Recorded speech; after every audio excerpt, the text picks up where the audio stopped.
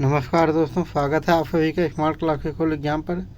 दोस्तों, हम लोग अभी all state PCS, UPSC, DSSB, SSC, CGL, banking आदि एग्जाम में पूछे जाने वाले फैक्ट के बारे में डिस्कशन कर रहे हैं। इसी क्रम में आज का हमारा टॉपिक है उष्णकटिबंधीय चक्रवात के लिए आवश्यक दफाएं। वृहद समुद्री सतह का तापमान 27 डिग्री सेल्सियस से अधिक हो। गर्म व आर्द्र वायु का निरंतर आरोहण होना चाहिए। समुद्री सतह पर निम्न वायुदाब का विकास। प्रति चक्रवातीय दफाओं का होना। कॉरियोलिस बल की उपस्थिति। चक्रवातों के विश्व के विभिन्न भागों में भिन्न भिन्न नाम। अंतर्राष्ट्रीय तिथि रेखा। चक्रवातों के अलग अलग स्थानों पर क्या क्या नाम है अलग अलग, उसके बारे में यहाँ पे डिस्कशन किया गया है। तो सबसे पहले है अंतर्राष्ट्रीय तिथि रेखा के पश्चिम में उत्तरी पश्चिमी प्रशांत महासागर क्षेत्र में टाइफून बोलते हैं चक्रवात को।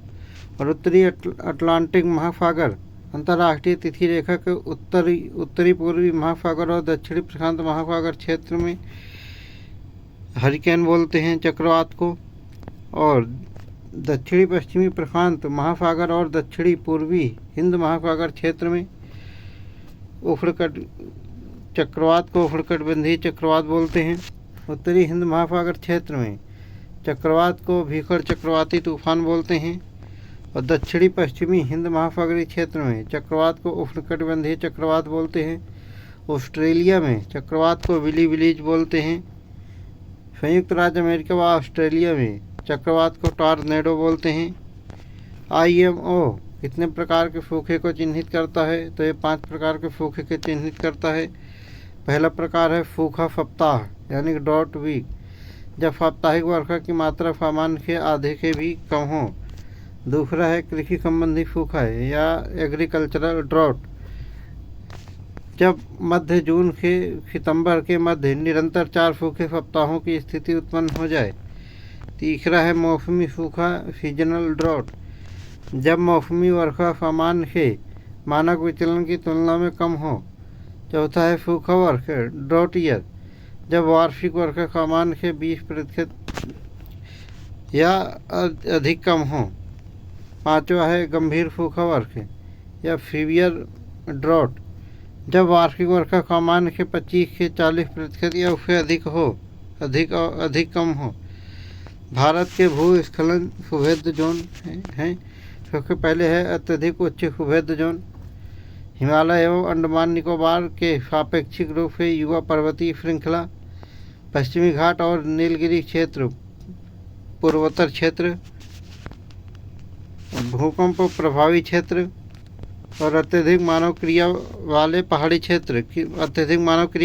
पहाड़ी क्षेत्र। उच्च सुभेद्य जोन है हिमालय क्षेत्र के सभी राज्य और उत्तर पूर्वी राज्य असम के मैदानी क्षेत्र को छोड़कर।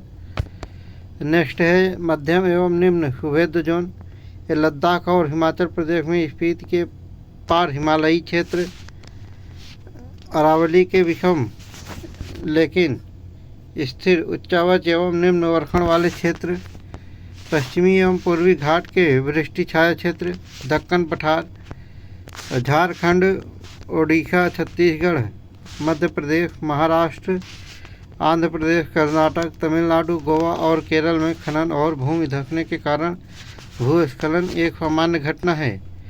अन्य जोन विशेषकर दार्जिलिंग, कालिम्पोंग, करबी आंगलोंग, इसके अतिरिक्त भारत के अन्य क्षेत्र भूस्खलन से सामान्यतः सुरक्षित माने जाते हैं।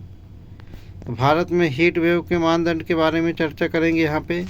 पहला है IMD के अनुसार, इंडियन मेट्रोलॉजिकल डिपार्टमेंट या IMD के अनुसार मैदानी क्षेत्र में अधिकतम तापमान 40 डिग्री सेल्सियस तथा पहाड़ी क्षेत्रों में 30 डिग्री सेल्सियस तक न पहुंच जाए हीट वेव पर विचार करने की आवश्यकता नहीं है। दूसरा है किसी स्थान पर अधिकतम सामान्य तापमान 40 डिग्री सेल्सियस से कम या उसके बराबर होने की स्थिति में ए सामान्य तापमान से 4 से 5 डिग्री सेल्सियस अधिक तापमान पर ही हीट वेव की स्थिति होती है। बी सामान्य ताप से 6 डिग्री सेल्सियस या उससे अधिक तापमान पर प्रचंड हीट वेव की स्थिति होती है। 3. ये किसी स्थान का सामान्य अधिकतम तापमान 40 डिग्री सेल्सियस से अधिक होने की स्थिति में। 4. वास्तविक अधिकतम तापमान 45 डिग्री सेल्सियस या अधिक रहे तो हीट वेव की घोषणा की जानी चाहिए। ऐसी स्थिति में सामान्य अधिकतम तापमान का संदर्भ नहीं दिया जाता। भारत में कुछ बड़ी औद्योगिक आपदाओं के बारे में डिस्कस करेंगे। यहाँ पे बॉम्बे डॉक्स विस्फोट 1944 में था। भोपाल गैस त्रासदी 1984। ये बॉम्बे डॉक्स विस्फोट वाला 1944 था। भोपाल गैस त्रासदी 1984।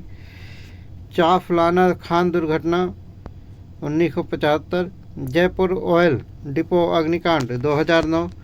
कोरबा में चिमनी का गिरना 2009। मायापुरी रेडियोलॉजिकल दुर्घटना 2010।